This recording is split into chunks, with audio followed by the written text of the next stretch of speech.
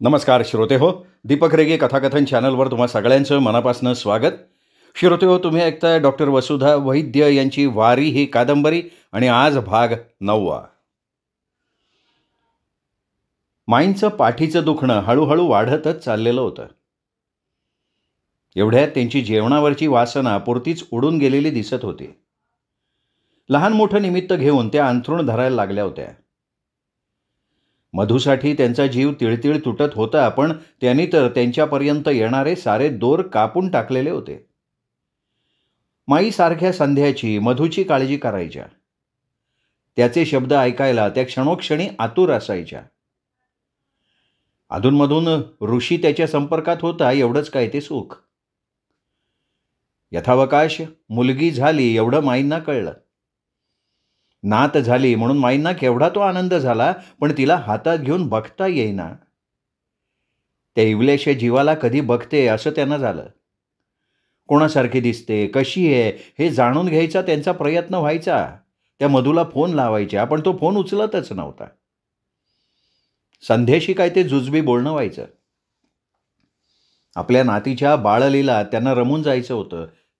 तिचं सारं करावं, तिला न्हाऊ घालावं, भरवावं, निजवावं, तिचं शी करावं अशी तीव्र इच्छा व्हायची, पण हे सुख माईंच्या भाग्यात नव्हतंच. सारं काही दुरूनच, व्हिडिओ कॉलवरून. मोबाईलवर बाळाच्या हालचाली दिसू लागल्या की तिला जवळ घ्यायला त्या आपल्या दोन्ही हात पसरायच्या. अश्रू भरलेल्या डोळ्यांनी त्या नातीला डोळा भरून बघून घेत असत त्या. नातीसाठी मन आसुसलेलं होतं, पण नियतीनं त्यांचे सारे मार्ग बंद केलेले होते. एखाद्या स्त्रीचं आयुष्य एवढं कसं काय आसवांनी भरलेलं असू शकतं, त्या स्वतःलाच प्रश्न करत. पण त्याचं उत्तरही त्या पांडुरंगावर सोपवून देत. आहे त्या परिस्थितीला सामोरं जाणं, जे वाट्याला येईल ते सोसणं, एवढंच काय ते त्यांच्या हातात होतं. पण या साऱ्या ताणतणावाचा परिणाम शरीरावर दिसून येतोच. 1-2 वर्षे अशीच गेली. माईंच्या तब्येतीमुळे वर्षभरापासून ऋषीचं ठरलेलं लग्न 50 नातेवाईकांसमोर कसं तरी थोडक्यात उरकून घेतलं गेलं. जवळच्याच काळेंच्या मूळगावची उमरेडची ती मुलगी होती. माईंना सूनमुख बघता यावं म्हणून घाईघाईनं ते लग्न उरकलं होतं. मधू तर आमंत्रण पाठवूनही आलेला नव्हता आणि त्याच्याकडून तेच अपेक्षित होतं. वर्ष उलटलं, माई नेहमीच तणावात राहायला लागल्या. पूर्वीच्या गुलाबाच्या फुलाप्रमाणे टवटवीत चेहऱ्याच्या माई आता कोमेजून गेलेल्या होत्या. स्वतःच्या तब्येतीकडे त्यांनी पूर्णतः दुर्लक्ष केलेलं होतं. नाही म्हणायला घरातले सर्वच जण त्यांचं औषध पाणी, खाणं पिणं नीट सांभाळायचे. औषधाने एक वेळ शरीराचं दुखणं कमी होईल, पण मनाचं काय? माईंच्या मनाचं दुखणं त्यांचा मधू आणि त्याची पायी वारी हेच होतं. ते काही केल्या बरं व्हायचं नाव घेईना. मनाच्या दुखण्याचे परिणाम शरीरावर व्हायला लागले आणि माईंच्या दवाखान्याच्या वाऱ्या सुरू झाल्या. एकीकडे त्यांच्या पाठीत पाणी व्हायला लागलं होतं, दुसरीकडे त्यांचा रक्तदाब वाढलेला असायचा. आता त्यांची तब्येत दिवसेंदिवस ढासळायला लागली होती. एक दिवस साधा ताप आल्याचं निमित्त झालं आणि माईंनी अंथरूण धरलं ते कायमचं. 6 महिने होत आले, पण माई आता सावरायचं नावच घेत नव्हत्या. तापात तर सारखा चढ उतार असायचा. अशातच दुर्दैव म्हणून का काय त्यांना अर्धांगवायूचा तीव्र झटका आला आणि त्यांची डावीकडची बाजू पूर्णपणे निर्जीव झाली. अस्पष्ट अशी वाचा होती. त्याही अवस्थेत त्या भेटायला येणाऱ्या जाणाऱ्याला मधू मधू करायच्या. आपला उजवा हात वर उचलून तो कधी येणार असं विचारायच्या. त्यांची तशी अवस्था पाहून साऱ्यांचं मन हेलावून जायचं अगदी. माईंची ती अवस्था कुणालाही पाहवत नव्हती. फारसं वय नव्हतंच त्यांचं. त्यांच्या एकुलत्या एका लेकानं माया तोडली आणि माईंनी जगणं. एक दिवस सायंकाळी घरातले सर्वच जण त्यांच्या भोवती बसलेले होते. माई फक्त डोळ्यांच्या हालचालीनं सर्वांशी बोलत होत्या. त्यांनी खुणेनंच ऋषीला कपाटातल्या अल्बममधनं मधूचा फोटो काढून आणायला सांगितला. त्यांना बोलताना जिभेत खूप जडपणा जाणवत होता. त्या खुणेनं मधूच्या फोटोकडे बघून काहीतरी सांगण्याचा प्रयत्न करत होत्या. ऋषीच्या ते लक्षात आलं. तो माईंशी बोलायला लागला. माई, दादाची आठवण येते ना? ऋषीनं असं विचारताच माईंचे डोळे पाणावले. डोळ्यांनीच त्यांनी हो म्हटलं. मधूच्या फोटोकडे त्यांनी हात नेला. ऋषी त्यांच्या जवळ बसत म्हणाला, दादाला बोलवू? ओहो, कळवलंय त्याला. त्याला माहिती आहे माई तुझी तब्येत ठीक नाहीये ते. तो येतोय तुला भेटायला नक्की. आणि नाही आला ना तर मी त्याला घेऊन येईन माई, काळजी करू नकोस ग. ऋषीनं माईंना धीर दिला. माईंनी विठ्ठल रुक्मिणीच्या मूर्तीकडे बोट दाखवून त्या वारी वारी असं काहीसं अस्पष्ट म्हणायला लागल्या. तेही ऋषीला समजलं. त्याने माईंचा हात हातात घेतला. दुसऱ्या हातानं त्यावर थोपटत म्हणाला, हो माई, दादा वारी करेल. आता पायी वारी करावीच लागेल त्याला. हे ऐकून माईंचे डोळे आनंदानं चमकले. तशाही क्षीण अवस्थेत त्यांच्या डोळ्यातील आणि चेहऱ्यावरील आनंद स्पष्ट दिसत होता. पण तो आनंद बघणाऱ्याला मात्र अधिक केविलवाणा भासू लागला होता. ऋषी त्यांना परत म्हणाला, येईल तो माई, येईल. तुझ्या भेटीला दादा येणार असं म्हणाला मला तसं तो फोनवर. ऋषी माईंना बरं वाटावं म्हणून सारखा सारखा मधूच्या येण्याविषयी बोलत होता. तसं त्याने मधूला माईंच्या तब्येतीबद्दल कळवलेलं होतं. माईंनी अन्नपाणी सोडलंय, त्यांच्या तब्येतीचं काही खरं नाही, तर तू शक्य तेवढ्या लवकर माईला भेटायला इकडे ये, असा निरोप त्यांनी मधूला दिला होता. आणि बघतो असं म्हणत एक कोरडा होकार मधूकडून त्याला आला होता. माईंनी आज सकाळपासूनच काही द्रवांना घेतलेलं नव्हतं. दुपारपासून त्यांच्या हालचालीत बदल जाणवायला लागला होता.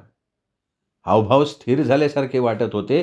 त्यांची नजर शून्यात जाऊ लागताना दिसत होती. कुणी त्यांच्या जवळ गेलं की अस्पष्टपणे काहीतरी बोलण्याचा प्रयत्न करायच्या त्या. पण त्यांची जीभ आता उचलली जात नव्हती. त्या अस्पष्टपणे मधू, वारी एवढंच काय ते बोलायच्या. ऋषीला त्यांचं बोलणं समजत होतं. माईंचा जीव आता त्यांच्या मधुसूदनात आणि त्याच्या पायी वारीत अडकलेला आहे हे त्याला समजलेलं होतं. 2 दिवस तसेच गेले. आता माईंची अखेरची वेळ जवळ यायला लागली होती. डॉक्टरांनी तर सायंकाळीच सर्वांना बोलवून घ्यायला सांगितलं होतं. मधूलाही कळवलं होतंच. तो संध्याला आणि परीला कारनं घेऊन निघाला होताच. माईंसह सगळ्यांचे डोळे मधूच्या वाटेकडे लागले होते. माधुरी तर मिनिटाला ऋषीला तो फोन करून कुठपर्यंत पोचलाय हे विचारत होती. त्यांनी कळवलं की तो मध्यरात्रीपर्यंत पोचेल. इकडे माईंना अखेरीची घरघर लागली होती. त्यांच्या तोंडातून कफाचा फेस बाहेर यायला लागला होता. नजरेला टक लागली होती. जणू त्या एकसारख्या पंतांच्या फोटोकडे बघतायत असं वाटत होतं. त्यांचं अंग निपशित पडायला लागलं होतं, निमावलं जात होतं. कुठल्याही क्षणाला त्यांचा प्राण निघून जाणार असं वाटत होतं. पण माईंचे प्राण त्यांच्या मधुसूदनसाठी अडकलेले होते. रात्रीचे 12:30 उलटून गेले होते. आजूबाजूच्या घरात पूर्णपणे निजानीज झाली होती. काळेंचं घर मात्र अजूनही जागच. माईंना शांतपणे जाता यावं म्हणून विठ्ठलाची आराधना सुरू होती. सकाळपासून वारकरी भजन चालूच होतं. जो तो भेटून जात होता माईंना. सगळ्यांचे डोळे बंगल्याच्या गेटकडे लागलेले होते. माई सोडून जाणार म्हणून सगळे दुःखी होते. पण मधूला बघितल्याशिवाय माई हे जग सोडून जाणार नव्हत्याच.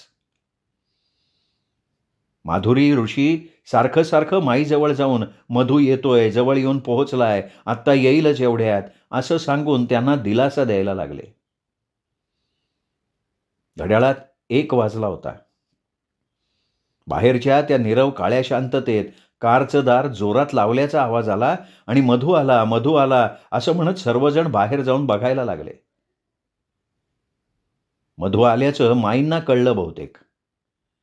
त्या उसळी मारून आवाज काढण्याचा प्रयत्न करायला लागल्या. मधू घाईतच कारमधनं खाली उतरला आणि धावतच आपल्या आईच्या खोलीकडे गेला. माई, माई, मी आलोय ग माई असं म्हणत मोठ्यानं हंबरडा फोडला त्याने. माईंच्या पायांवर डोकं ठेवलं आणि माई मला माफ कर म्हणत तो रडायला लागला. ते बघून सर्वांनाच रडू कोसळलं. तेवढ्यात संध्या परीला घेऊन आत आली. मुकुंदानं सामान आत आणून ठेवलं आणि कार लॉक केली. तोही पाठोपाठ आत आला. मधू माईंच्या पायावर डोकं ठेवून रडतच होता. ऋषींनी त्याला उठवलं आणि माईंच्या जवळ आणलं. त्याला बघून माईंनी आपल्या पापण्या हलकेच हलवल्या. हळूहळू डोळे उघडून त्याला बघण्याचा प्रयत्न करायला लागल्या. उजव्या बाजूला संध्या परीला घेऊन उभी होती. संध्यानं परीचा हात माईंच्या हातात दिला. परीच्या चेहऱ्यावरनं स्वतःच माईंचा हात फिरवून घेतला. माईंचा चेहरा त्याला सुखावलेला जाणवला. आता एक क्षणाचाही वेळ उरला नव्हता. ऋषीनं पटकन मधूला माईंचा हात हातात घ्यायला सांगितला. माईंनी वारी वारी असं अस्पष्ट बोलण्याचा प्रयत्न केला, पण मधूला ते काही कळेना. त्यांनी ऋषीकडे बघितलं. माई तुला वचन मागतीये मधू दादा, ऋषी म्हणाला. मधूनं डोळ्यांनीच विचारलं, कोणतं? पंढरपूरच्या पायी वारीचं, ऋषी पटकन बोलला. त्यावर मधूनं माईच्या हातातून आपला हात झटकन सोडवला. माईंनी डोळे बंद केले. ते बघून ऋषी मधूला म्हणाला, दादा, माईचे प्राण तुझ्यासाठी थांबलेले आहेत. तू त्यांना वचन दे लवकर की तू वारीला जाशील, पंतांचं अधुरं काम पूर्ण करशील. नाही, मी नाही, असं म्हणत मधू उभा झाला. त्यांनी डोळे पुसत माईंकडे पाठ फिरवली. माधुरी पुढे आली. त्याला काकुळतेनं विनवू लागली. अरे बघ रे, बघ त्या माऊलेकडे तर बघ, तुझ्यासाठी थांबली आहे रे ती. देऊन टाक ना वचन तिला. एकदा जायचंय ना तुला तिथे. मी वारीला जाईन असं म्हणून टाक पटकन आणि मोकळं कर त्यांना. मोकळं कर या यातनातनं. कर बाबा. माधुरी रडायला लागली. मुकुंदानं इतर नातेवाईकांनी मधूला वचन देण्यासाठी आग्रह केला, कारण त्याशिवाय माईंचे प्राण निघून जाणं अशक्य वाटत होतं. ऋषींनी मधूला माईकडे वळवलं आणि म्हणाला, अरे कसला विचार करतोयस दादा आता? अरे माईंना आता तरी शांतपणे जाऊ दे ना देवाघरी. म्हण ना रे जाईन म्हणून. फक्त म्हण. जायचं का नाही जायचं ते पुढचं पुढे पाहून घेऊयात रे, पण आत्ता ह्या क्षणाला तुझं वारीला जाईन म्हणणं खूप महत्वाचं आहे रे दादा. म्हण म्हण दादा. अरे माईची अवस्था बघ. तुला दया येत नाहीये का रे त्यांची? मरताना यातना देऊ नकोस दादा त्यांना. म्हण रे म्हण. ऋषीही रडायला लागला. मधू तर विचारातच पडला. त्याला अशा वेळी काय करू आणि काय नको हे त्याचं त्याला कळेनासं झालं. संध्यानी त्याचा हात पुढे केला, माईंच्या हातावर ठेवला. मधूनं आपला डावा हात माईंच्या डोळ्यांवरनं फिरवला. त्यांच्या माथ्याचं चुंबन घेतलं. त्या स्पर्शाने माईंनी डोळे उघडल्यासारखं केलं. निर्जीवपणे त्या मधूकडे एकटक पाहू लागल्या. मधूनं एक दीर्घ श्वास घेतला. त्यांच्या हातावर थाप देत म्हणाला, बरं माई, माई जाईन मी पायी वारीला या वर्षी. मधूनं माईंना वचन दिलं. हेच शब्द ऐकण्यासाठी त्यांनी केलेली एवढ्या वर्षांपासूनची प्रतीक्षा आज संपली होती. एक हलकीशी उचकी आली आणि माईंनी मोठ्या समाधानानं डोळे मिटले. माई गेल्या आपल्या विठोबाच्या भेटीला, पंतांच्या भेटीला. सर्वांनी रामकृष्ण हरी म्हणत नमस्कार केला. माई गेल्यावर मधूला खूप पश्चात्ताप होत होता.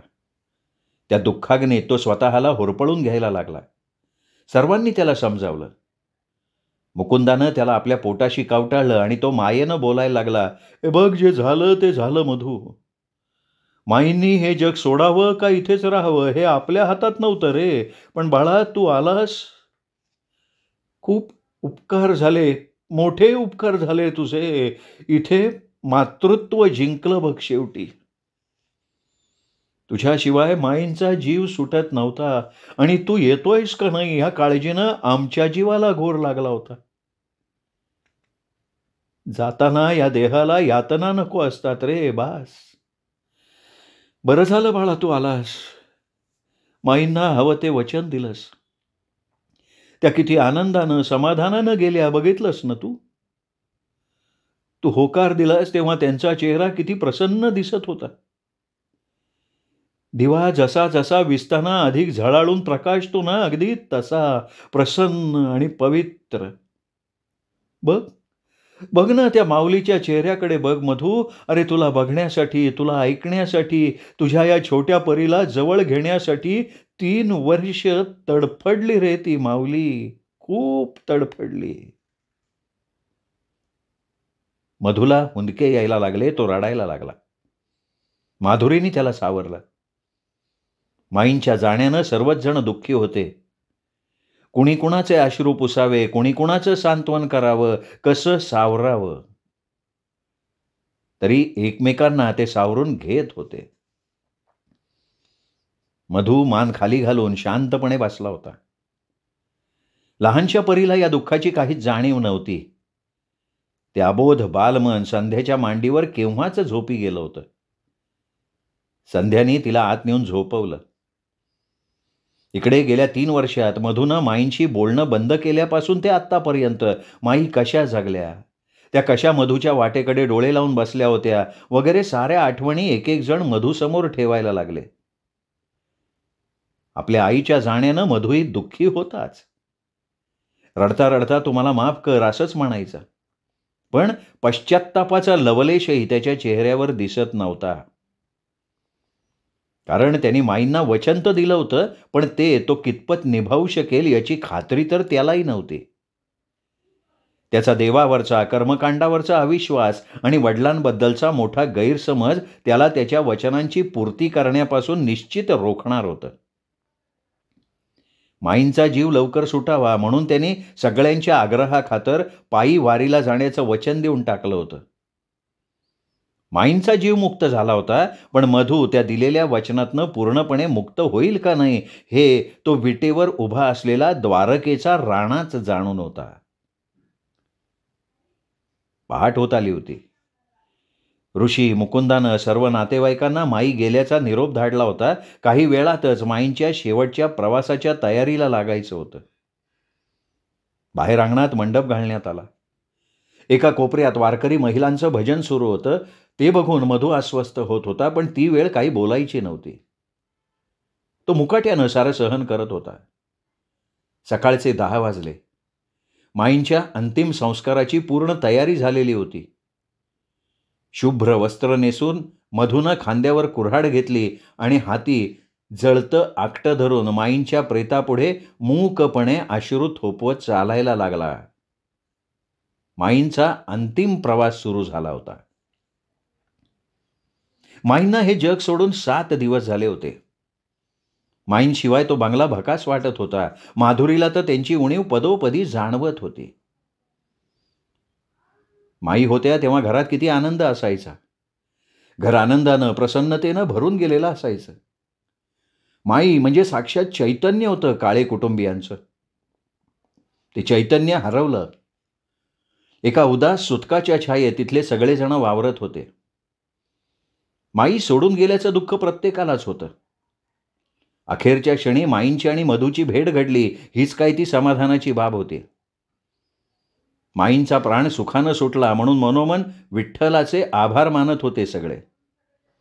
आपल्या नातीला, परीला माईंनी बघितलं याचा क्षणिक आनंद संध्याला होताच.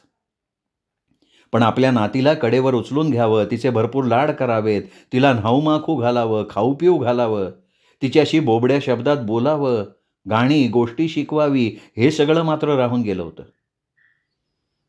माईंना असं आजी होण्याचं सुख जवळून नाही भोगता आलं याचं राहून राहून संध्याला वाईट वाटत होतं. जीवन असंच असतं. आपल्या वाटेला जेवढं सुखदुःख असेल तेवढंच भोगायचं. प्रारब्धापुढे मानवाचं कधीच काही चालत नाही. माई होत्या तोपर्यंत त्या इतरांना, आपल्या जवळच्या सहवासात आलेल्यांना सगळ्यांना केवळ आनंद वाटत राहिल्या. ते करत असताना स्वतःच्या पदरात मात्र दुःख बांधून घेतलं त्यांनी. इतरांना गुलाबाचा सुगंध देण्याच्या हव्यासापायी त्यांचे हात त्या गुलाबाच्या काट्याने कितीदा रक्ताळले याचा त्यांनी कधी विचार नाही केला. स्वतःच्या डोळ्यातल्या आसवांपेक्षा त्या नेहमी पुढच्याच्या होठांवरचं हास्य जपत. त्यांचा मायेचा स्पर्श, प्रेमळ शब्द, स्नेहल नजर सतत इतरांसाठीच असे. आता मात्र ते सगळं हरवलं होतं. माई इतरांच्या सुखासाठी कायम झटल्या, पण त्यांच्या विठ्ठलानं त्यांच्या झोळीत मात्र दुःखाचे, अश्रूंचे माप भरभरून ओतले. पतिवियोगाचं दुःख घेऊन त्या कशाबशा स्वतःला सावरत असताना मधूनं दिलेलं दुःख त्या प्रयत्न करूनही पचवू शकल्या नव्हत्या.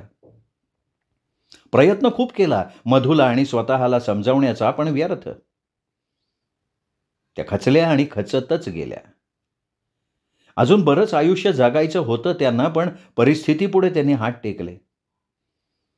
मधूच्या स्वभावानं, त्याच्या गैरसमजुतीमुळे, त्याच्या गुन्हेगारी प्रवृत्तीमुळे त्यांनी हाय खाल्ली होती.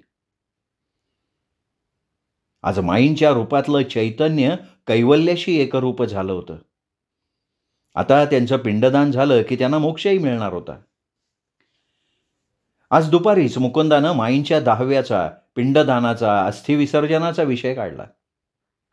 पिंडदान रामटेकला जाऊन करूयात असं ठरलं.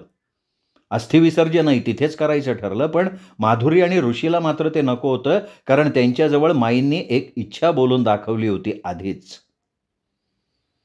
माधुरीने मुकुंदाला थांबवलं आणि ती म्हणाली, मी काय म्हणतेय, अस्थिविसर्जनाच्या बाबतीत माईंच्या इच्छेप्रमाणे निर्णय घेऊयात का? म्हणजे माई बोलल्या होत्या का काही? हो, ऋषी होता त्यांच्याजवळ तेव्हा. मागच्या वर्षीच त्यांनी ऋषीला सांगितलं होतं. हो ना रे ऋषी? अहो बाबा, माई म्हणाली होती की मधू ऐकणार का नाही ते नाही माहिती, पण माझ्या अस्थींच्या विसर्जनाची वेळ येईल तेव्हा तू मात्र त्या माझ्या अस्थी आळंदीला जाऊन इंद्रायणीत विसर्जित करशील आणि हृदयातली एक अस्थी मात्र मधूच्या हातून पंढरपुरात चंद्रभागेत विसर्जित करशील. ऋषीनं सारं सांगून टाकलं. मधूनं त्याच्याकडे चमकून पाहिलं. पंढरपूर, चंद्रभागेचं नाव ऐकताच तो मध्येच म्हणाला, ते आळंदीत अस्थी नेणं वगैरे ठीक आहे, पण पंढरपुरात जाऊन करणं म्हणजे काय हरकत आहे रे? काय हरकत काय? तुझ्या आईची तशी इच्छा होती तर ती तुला पूर्ण करावी लागेल, प्रकाश मामा म्हणाले. मुकुंदानंही ती सिरी ओढली. मग मधू चिडला, कारण त्याला ते मान्य नव्हतं. तो आवाज चढवून म्हणाला, इच्छा? माई काय फक्त इच्छेचंच झाड होती का मामा? काय रे काका? आणि त्याही मीच पूर्ण करायच्या? अरे हो, तू नाही तर कोण पूर्ण करणार रे? मुलगा आहेस ना त्यांचा, आणि तू वचन दिलंसच की पायी वारीला जाईन, तेव्हाच प्राण गेला ना त्यांचा, प्रकाश मामा म्हणाला. आणि मधू त्यांच्याकडे फक्त बघत राहिला. मग तू जेव्हा वारीला जाशील तेव्हा ती एक अस्थी सोबत घेऊन जाशील आणि माईंच्या इच्छेप्रमाणे चंद्रभागेत विसर्जित करशील, मामा म्हणाले. पण मधू आत्ता यावर काही बोलला नाही. ती वेळही नव्हती. शेवटी उद्या सकाळी 2 गाड्यांनी पुण्याकडे निघायचं ठरलं. आळंदीत जाऊन इंद्रायणीतरी पिंडदानाचा विधी आणि अस्थि विसर्जनाचा विधी करायचं ठरलं. मुकुंदानं इथूनच आळंदीतल्या गुरुजींशी त्याबाबतीत बोलून ठेवलं. मधू गप्प होता, तो काही बोलत नव्हता. तसाही तो माई गेल्यापासून गप्प राहायला लागला होता. त्याच्या गप्प राहण्यानं संध्यासह सगळेच चिंतित होते. माईंना त्यांनी पायी वारीचं वचन दिलं तर खरं, पण तो कितपत पाळणार याबाबत मात्र सर्वजण साशंक होते, फक्त ऋषी सोडून. ऋषीचा मधूवर नाही पण स्वतःवर पूर्ण विश्वास होता आणि त्यामुळे मधू माईंना दिलेलं वचन पूर्ण करणार याची त्याला पूर्णपणे खात्री होती. उद्या पहाटे पुण्याला निघायचंय म्हणून सर्वांची आवरावर सुरू झाली. संध्यानंही आपल्या बॅग्स भरून ठेवल्या. माधुरी, मुकुंदानं मिळून 10व्याची घरून जेवढी तयारी करता येईल तेवढं सारं सामान भरून ठेवलं. मधू अजून गप्प होता. एक वेगळीच अस्वस्थता त्याच्या चेहऱ्यावर दिसत होती. त्यांनी बॅगेतनं आपली आवडती बॉटल काढली. काचेचे ग्लास, पाणी घेऊन तो बागेत गेला. दुनिया इकडची तिकडे होवो, पण त्याचं दररोजचं सायंकाळी ड्रिंक घेणं काही चुकत नव्हतं. आत्ताही तो बागेतल्या त्या कोपऱ्यात जाऊन बसला, आरामात पेग भरायला लागला. ऋषी हे सगळं बघत होता. दादाला कितीही नको म्हटलं तरी तो ऐकणार थोडाच. तरीही तो मधूजवळ गेला, त्याच्यासमोर खुर्चीत बसला. "ऐक ना दादा." "हा बोल रे, घेतोस का?" असं म्हणत मधूनं ग्लास ऋषी पुढे धरला. ऋषी हसला, नम्रपणे नकार दिला. "नाही नको, मी घेत नाही माहिती आहे की तुला. तू घे आपलं, तुझं चालू दे, मी बसतो इथे." "अरे हां, तू वारकरी आहेस नाही का? संस्कारी मुलगा, आदर्श मुलगा. मी असाच गावगोंडा." मधू हसला. ऋषी त्याच्याकडे शांतपणे बघत होता. काही क्षणांनंतर ऋषीनं त्याला विचारलं, "ते जाऊ दे रे, असं बोलायलाच हवं का दादा? खरं तर मला तुझ्याशी दुसरंच बोलायचं होतं." "अच्छा, मग बोल की." असं म्हणत मधूनं ग्लास ओठाशी नेला. "दादा, मग यावर्षीच्या वारीला चालणार ना तू आमच्याबरोबर?" "वारीला? तुमच्याबरोबर? कुणी सांगितलं रे बाबा तुला?" "अरे असं काय बोलतोयस दादा तू? तू माईंना वचन दिलंस ना की जाईन म्हणून, आणि आपल्याला काही अस्थीसुद्धा घेऊन जायचे आहेत." "उद्या निघतोय ना आपण आळंदीसाठी. तिथे तर होणारच आहे ना सगळं. अस्थि विसर्जनही होणार आहे. मग पंढरपूरला कशाला जायचं त्याच्यासाठी?" "दादा, अरे माईंची इच्छा ती तुला पूर्ण करायची आहे ना." "माईंची तर ही पण इच्छा होती की मी हे असलं पिणं बिणं सगळं सोडून द्यावं, हातात टाळ घ्यावा, हरिमुखे म्हणा म्हणत राहावं." त्यावर ऋषी हसला आणि म्हणाला, "अरे मग काय हरकत आहे दादा, सोडून दे की मग. आणि खरं सांगू का दादा, हरीच्या नामस्मरणासारखं दुसरं सुख नाही, दुसरं पुण्य नाही. अरे पुण्याची गणना कोण करी?" "हे बघ ऋषी, आता माझ्या मागे लागू नकोस बाबा. आधी माई होती, आता तू. साला तुमचं हे टुमणं संपतच नाही यार कधी. हा, कधी कळेल रे तुम्हाला मी, म्हणजे हा मधुसूदन? माझी इच्छा कधी कळणार तुम्हाला? तुमच्या सगळ्यांच्या इच्छा मी पूर्ण करायच्या, आणि माझी इच्छा त्या कोणी पूर्ण करायच्या? मीच ना." "अरे हो, तू तुझ्या इच्छा पूर्ण कर, कोण नाही म्हणतंय तुला, कोणी अडवलंय का? पण त्याबरोबर माईंच्या इच्छेचा विचार कर ना. मरताना तू त्यांना जे वचन दिलंय." "चांगलं पक्क ठाऊक आहे रे मला ते वचन. माहिती आहे मला. बघेन मी कधी पूर्ण करायचं." "असं नको बोलूस दादा, तुला ते वचन पाळावंच लागेल अरे. त्याशिवाय माईंना मोक्ष नाही मिळणार." "काय लावलंय रे मोक्ष, मोक्ष, मोक्ष? मला सांग रे, जे आत्महत्या करतात त्यांना मिळतो का मोक्ष? मिळाला का तुझ्या त्या सो कॉल्ड हबहप गोविंद पंतांना मोक्ष? हे मोक्ष पापपुण्य मला नाही शिकवायचं. तू आपला आज जा, मला माझं काम करू दे. जरा कुठं निवांत बसलो तर तिथं यांचं आपलं सुरू टाळ कुटणं. जा बाबा जा जा, अंधार पडलाय. टाळ कुटत तुमचा तो हरिपाठ सुरू करा. जा, हा जा." शेवटी निराश होऊन ऋषी उठून आत जायला लागला. हा हा म्हणता मधून संपूर्ण बॉटल संपवली. जास्त झाली होती त्याला. त्याला उठताही येईना. शेवटी संध्याने त्याला आत आणून बसवलं. श्रोते हो, हा होता भाग 9. भाग 10 उद्या. तोपर्यंत पांडुरंग हरी, वासुदेव हरी. विठ्ठल विठ्ठल विठ्ठल.